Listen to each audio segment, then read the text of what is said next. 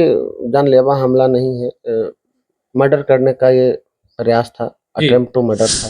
अब मैं तो कुछ समझ नहीं पाया, जैसे ही मैं रोज़ की तरह क्षेत्र भ्रमण करके आता हूँ, कार्ड लगाता हूँ, कार्ड लगाने के बाद घर जा रहा था, घर के दरवाजे पे चढ़ने से पहले ही मेरे ही नैली गाँव के बद्दू सिंह, प्रिंस सिंह और कौशल सिंह तीनों मिल कर के लाठी डंडा लेकर खड़े थे। जैसे ही मैं चढ़ने लगा तो मारने लगे।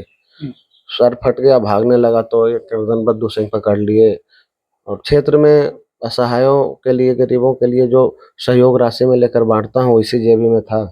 जी। नीचे वाले जेब में मोबाइल फ़ोन था, वो ये भी फाड़ दिए, पैसा-वैसा था वो भी ले लिए। फिर मैं किसी तरीके से बच-बचा कर के भागा, इलाज-विलाज करवाया, इलाज करवाने के बाद फिर जो भी प्राथमिकी है वो मैंने मतलब प्रयास किया कि शासन प्रशासन को इसकी जानकारी भी मेरे पे जानलेवा हमला हो चुका है। शासन प्रशासन से उचित कार्रवाई का मैं माँग करता हूँ और क्षेत्र में अपराध जो है चरम सीमा पर है, तो अपराधियों पे अंकुश करे प्रशासन, ये मैं प्रशासन से गुहार लगाना चाहता हूँ। मैं तो ये सोच रहा था कि घर वाले लोग कैसे रह रहे होंगे। मैं पूरी रात में सोया नहीं हूँ, सिर्फ इधर-उधर शासन प्रशासन से मदद की ही गुहार लगाता रहा हूँ। ये अपराध चरम सीमा पर है और उन लोग पहले से भी मर्डर केस में आरोपित हैं। कौशल जी जो हैं पहले से भी मर्डर केस में आरोपित।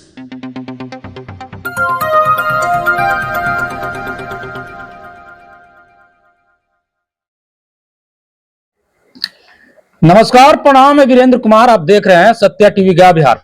अभी हमारी मौजूदगी नैली गांव में है और हमारे साथ युवा नेता अविनाश कुमार जी हैं और इन पे जो है जानलेवा हमला हुआ है। इससे पहले भी कई बार इन पे जानलेवा हमला हुई है, लेकिन क्या वजह है कि बार बार इन पे जानलेवा हमला हो रही है और पुलिस प्रशासन जो है जो इन पे हमला करते हैं उन आरोपियों को क्यों ना सबक सिखाते हैं, इन्हीं से जानने का प्रयास करेंगे। सबसे पहले तो पूरी घटना की जानकारी देंगे, शुभ नाम बताइएगा।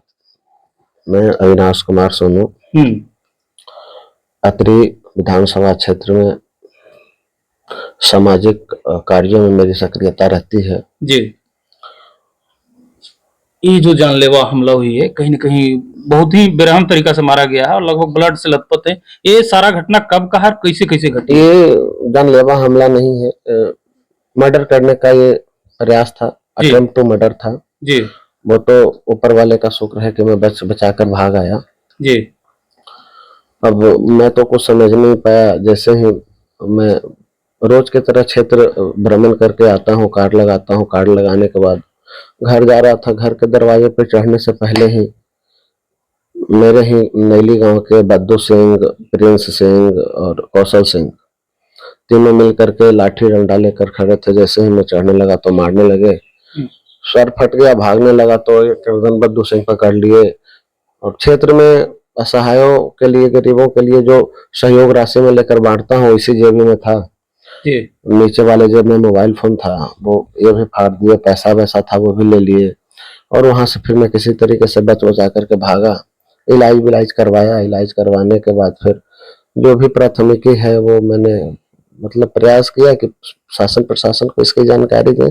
पहले भी मेरे पे जानलेवा हमला हो चुका है। शासन प्रशासन से उचित कार्रवाई का मैं माँग करता हूँ और क्षेत्र में अपराध जो है चरम सीमा पर है, तो अपराधियों पे अंकुश करे प्रशासन, ये मैं प्रशासन से गुहार लगाना चाहता हूँ। ये उचित नहीं है। मतलब घर में भी लोग सुरक्षित नहीं है? घर में भी सुरक्षित नहीं है, मैं तो बता रहा हूँ, घर की बात है, घर में भी सुरक्षित नहीं है। 1995 में मेरे दादा का मर्डर उन लोगों ने किया है। अब बस मुझे टारगेट लिए हुए हैं, मुझे मार देंगे, बस तसल्ली हो जाएगी उनको। अच्छा, मतलब कि पहले से ही आपके घर पे जो है दुश्मन लोग धावा बोलते आए हैं और आज भी उसी प्रकार से कर रहे हैं? मुझे तो ऐसा लग रहा था कि रात में भी वो लोग घर पर मतलब कि कूच कर करके और घर को क्षति पहुंचाएंगे। मैं तो ये सोच रहा था कि घर वाले लोग कैसे रह रहे होंगे। मैं पूरी रात में सोया नहीं हूँ, सिर्फ इधर-उधर शासन प्रशासन से मदद की ही गुहार लगाता रहा हूँ। ये अपराध चरम सीमा पर है और उन लोग पहले से भी मर्डर केस में आरोपित हैं। कौशल जी जो हैं पहले से भी मर्डर केस में आरोपित हैं और कितने लोग संलिप्त थे रात में? 3 लोग थे। 3 लोग थे, बद्दू सिंह थे, प्रिंस सिंह थे, कौशल सिंह थे। 3 लोग थे। मेरे घर के सामने ही इनका घर है अचानक से मैं सीढ़ी पे चढ़ने लगा और मारने लगे। अभी वहां पे खून बून का भी निशान है। अच्छा, पहले भी मारपीट की घटना आपके साथ हुई है, उस पे प्रशासन किस प्रकार से एक्शन ली थी और अब जो है किस प्रकार से आपके साथ कर रहे हैं? अब एक्शन लेना ना लेना तो प्रशासन का काम है, लेकिन मैं सामाजिक कार्यकर्ता हूँ, सामाजिक सक्रियता रहती है अत्रि विधानसभा क्षेत्र में, युवाओं को लेकर के विशेष मैं ध्यान केंद्रित करता हूँ। अब शासन प्रशासन को क्या करना है नहीं करना है तो मैं नहीं बता पाऊंगा, उनका पोर्टफोलियो क्या है, लेकिन मैं उम्मीद करता हूँ कि न्याय संगत निर्णय देंगे और उचित कार्रवाई करेंगे। अभी कुछ दिन पहले भी मेरे गाड़ी पे पत्थरबाजी हो गया था, फिर साल 1.5 साल पहले भी मेरे पे गोली चल गई थी। तो मैं तो कुछ समझ ही नहीं पा रहा हूँ कि ये चल क्या रहा है, इतनी अपराध क्यों है भाई, आखिर इतनी अपराध क्यों है, इतनी नफरत कहाँ से आ गई। आप भी मेहनत करिए, हम भी मेहनत कर रहे हैं, सब लोग अपना अपना करिए। क्या वजह है कि अविनाश जी के ऊपर इतना मतलब जानलेवा हमला हो रहा है लगातार? अब ये तो जनता ही तय करेगी, जनता ही तय करेगी कि क्या वजह है। और दूसरी बात है कि रंजिशें मुझसे ही क्यों है, ये मैं आपसे पत्रकार महोदय साझा नहीं कर पाता हूँ, नहीं कर पाऊंगा, क्योंकि मैं किसी से ऊंचे आवाज में आज तक मैंने बात तक नहीं करा है। मारने पीटने की बात करें तो एक चूहे तक को मैंने नहीं मारा है। और आप लोग सब क्षेत्र के जितने भी लोग हैं वो सभी लोग मेरा हिस्ट्री, सिविक, ज्योग्राफी, बायोग्राफी सब जानते हैं। लगभग हम आपका सोशल मीडिया पर फोटोज वगैरह देखते हैं, जन जन से मिलने का प्रयास करते हैं, अधिकतर जो है गरीब लोगों से मिलने का प्रयास करते हैं, लेकिन जो जनता का सेवक है उनको क्यों लोग मारना चाहेंगे?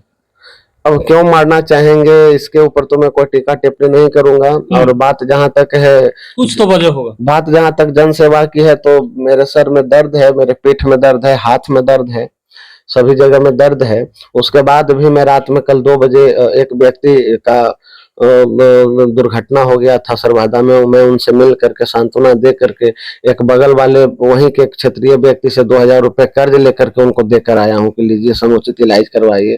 तो मैं मेरे तो रगों में ही जो है वो समाज सेवा बसता है। और मेरे जो आदरणीय पप्पू यादव जी हैं, उनके पद चिन्हों पे मैं चलना पसंद करता हूँ, वो चल भी रहा हूँ। तो उनकी तो ये नियत ही है, जन सेवा, समाज सेवा, कल्याण करिए, गरीबों का कल्याण करिए, तो उन्हीं के पद चिन्हों पे मैं चल रहा हूँ।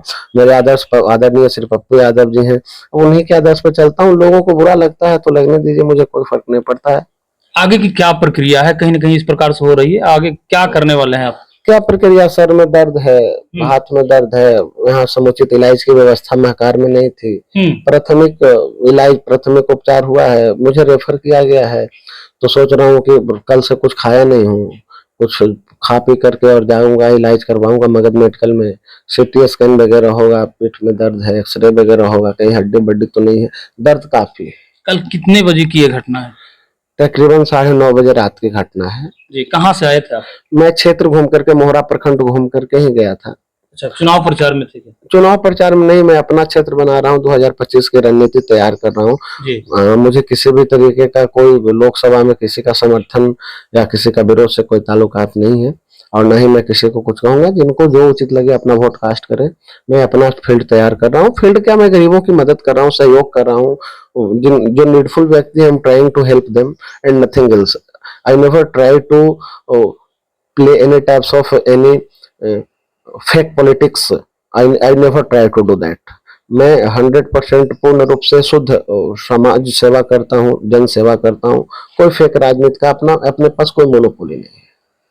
तो हमारे साथ अविनाश जी थे और इनके ऊपर जो है कहीं ना कहीं रात्रि को 9 बजे की घटना बता रहे हैं, इनके ऊपर जानलेवा हमला हुई है और कहीं ना कहीं एक समाज सेवी है। इनका सोशल मीडिया पर वीडियो यदि देखिएगा तो बहुत ही निचले पायदान के जो लोग होते हैं, गरीब लोगों से मिलने का प्रयास करते हैं, जन जन से मिलने का प्रयास करते हैं। लगभग जो है 2025 में विधानसभा का चुनाव है, तो विधानसभा की तैयारी को लेकर जो है फील्ड में भ्रमण कर रहे थे। भ्रमण के दौरान 9 बजे रात्रि में आते हैं तो इस तमाम घटना का अंजाम देते हैं अपराधी, और अपराधी जो है ये फरार है और खुद भी किसी प्रकार से बच बचा कर जो है आज यहाँ तक आए हैं और यहाँ से बोल रहे हैं कि हम गया जाएंगे, क्योंकि यहाँ वैसी व्यवस्था, चिकित्सा जहाँ सरकारी हॉस्पिटल है, हाँ, समुचित व्यवस्था नहीं थी, जिसके कारण जो है मगध मेडिकल जाने के लिए तैयार है। वहाँ भी जाने में हमें डर ही लग रहा है। डर लग रहा है।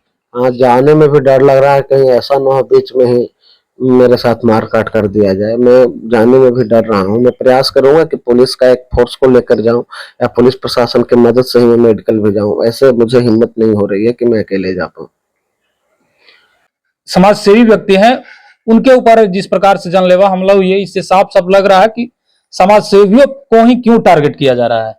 और बाकी इनसे मिलकर इनकी समस्या को आप लोग किस नजर से देखते हैं, कमेंट बॉक्स में प्रतिक्रिया दीजिएगा, वीडियो को शेयर कीजिएगा। जय हिंद।